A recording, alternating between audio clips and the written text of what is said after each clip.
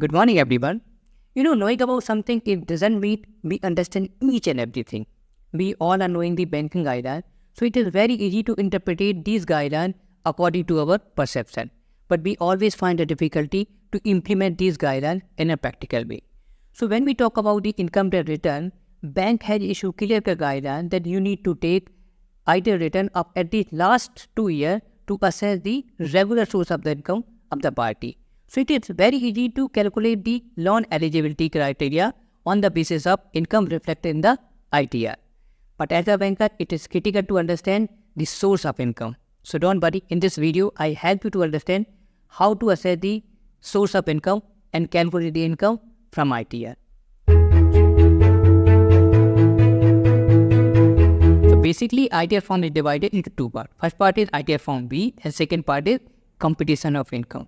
So if you're working in the loan department, you need to obtain both part of ITR to assess the loan eligibility criteria. I show you this is the ITR form B and this is the computation of income.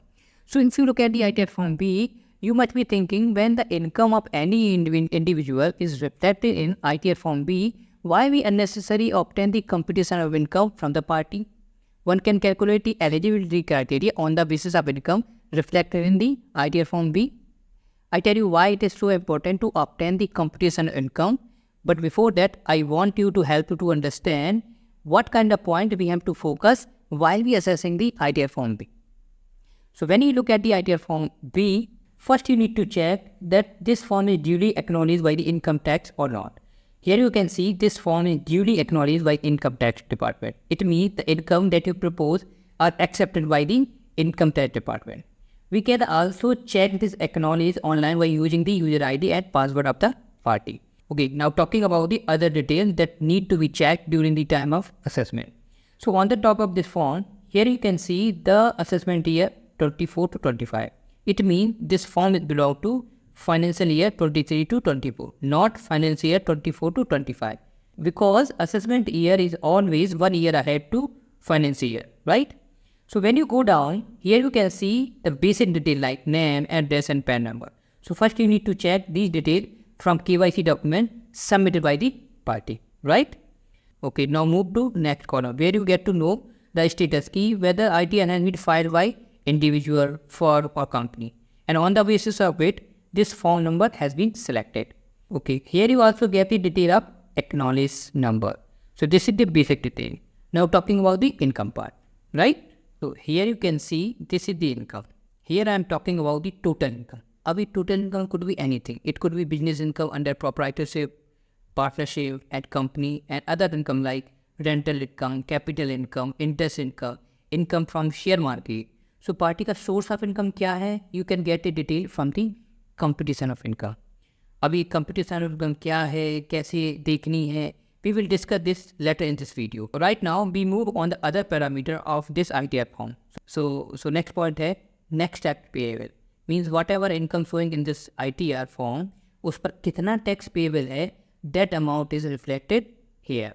Okay, so let's say total tax payable है 1,02,000 on the total income of 14 lakh, right?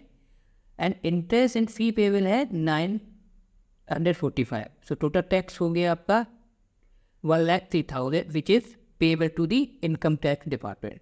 So next point है tax paid, means total tax payable था 1,03,000 and income tax को pay किया कितना? That is 1,03,000. It means entire tax is paid by the party.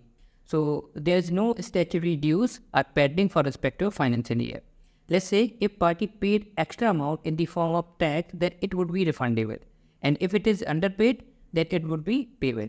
So in both cases, that amount is reflecting here. Further, if any dividend payable ho, interest payable ho, and any other tax are payable, that amount would be reflected in the respective field. So in this case, we don't have any amount or dues that are payable, right? So ये तो हो गया आपका income part. Now one thing that is very very important from banking point of view that generally overlooked by the banker. Yes, I'm talking about the date of filing of ITR. So it has to be checked if party has filed its return on time or not. Because sometimes what happens, party has filed its return within the gap of 3 to 4 months for availing the loan. So it has to be checked cautiously because there must be gap of 1 year between the two ITR. For example, if someone has filed a return for financial year 23 to 24 in the month of July 24, then previous return for financial year 22 to 23 has been filed within the gap of 1 year. That is somewhere around June to July 23, right? So now move on second part, that is the computation of income. So usually computation of income is containing 3 to 4 pages submitted by the party is actually prepared by the CA. So it is okay, nothing wrong with that. But as a banker, you need to check these data from the portal of ITR. Although the information in this format would be same, still you have to check these data for any sort of discrepancy. So now talking about the computation of income. So as I told you, it is best tool to ascertain the source of income. It could be single or multiple source of income. So now question here is why it is needed to get the detail of income. So let's understand this breakdown step by step.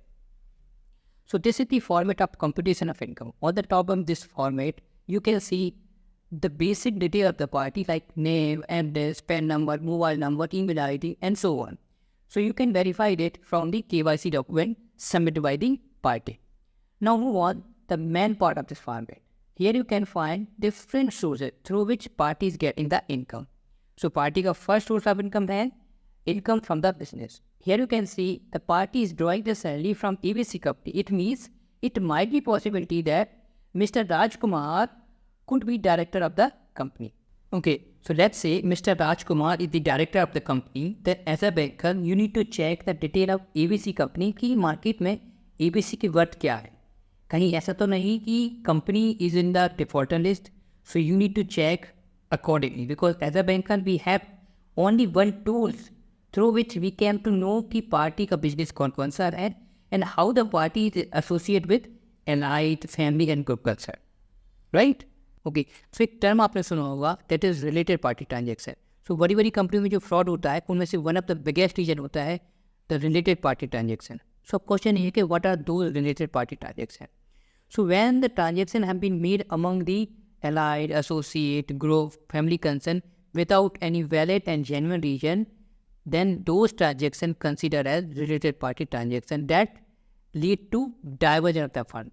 So if you are confusing about the what is the meaning of allied, associate, group, subsidy, then you can watch my another video. The link of that video is available on the pin comment. So most of the time it is happening by showing the high turnover by doing such a dummy transaction. And same dummy transaction is also reflecting in the GST return. So it doesn't mean कि GST return में अगर आपका turnover दिख रहा है, that turnover is genuine. So sometimes this happen on the paper, not actual. So for that, you need to check the account statement of the party. Okay, so this is very important information that you get from the computation of income, right? Okay, so this was the business income. Here you can see the party is claiming the 50,000 rupees as standard deduction for waiver of income tax. It means party actually getting the income by way of drawing the salary is rupees 3 lakh, but actually he is showing as 2,50,000 rupees after the standard deduction of rupees 50,000. So for calculation, we can consider entire income, that is 3 lakh, including standard deduction of rupees 50,000. Okay, so now move on second source of income. Here party is showing the rental income. Party is showing the rental income of rupees 5,04,000 from the house in its ITR. So party is actually getting the rental income of rupees 7,20,000, but he is getting rebate out rupees 2,60,000 under the section of 24 of income tax to get the benefit in income tax. But we as a banker can consider entire amount, that is 7,20,000 rupees for calculation purpose. Now question is कि this rental income would be considered or not. So first you need to understand the nature of this income. It could be permanent or temporary. So for better clarity, you need to check this income from the statement of the account. So it's depend on the nature of income, right?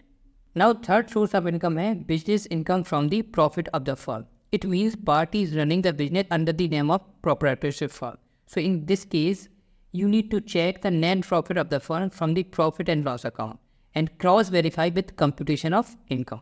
Because sometimes net profit of the firm does not match with the computation of income. In addition to that, you can also check the conduct of the firm by extracting the civil report of respective firm for better picture of the firm. Now, fourth source of income है capital gain. Now, what is the meaning of capital gain? Actually, this is the income which is earned by way of selling of the property. So, question ये है कि how we treat this income. Usually, capital gain is not a part of regular income because it is earned very often, especially when you sell some sort of property. Sometimes we can treat it as a regular income when party is engaging in real estate, when main business of the party is sell and purchase of the property. So for that, you need to check the ITR return at least for the last 3 financial year. Considering this income depend on the case-to-case basis. Sometimes party is indulging in share market and they are getting the income from the share market. Normal course में we cannot treat it as a part of regular income. Hence, it is not considerable for calculation. Again, if the core income is getting the commission from the share market, then it can be considerable on case-to-case basis. And finally, other sources, income from saving and FD account.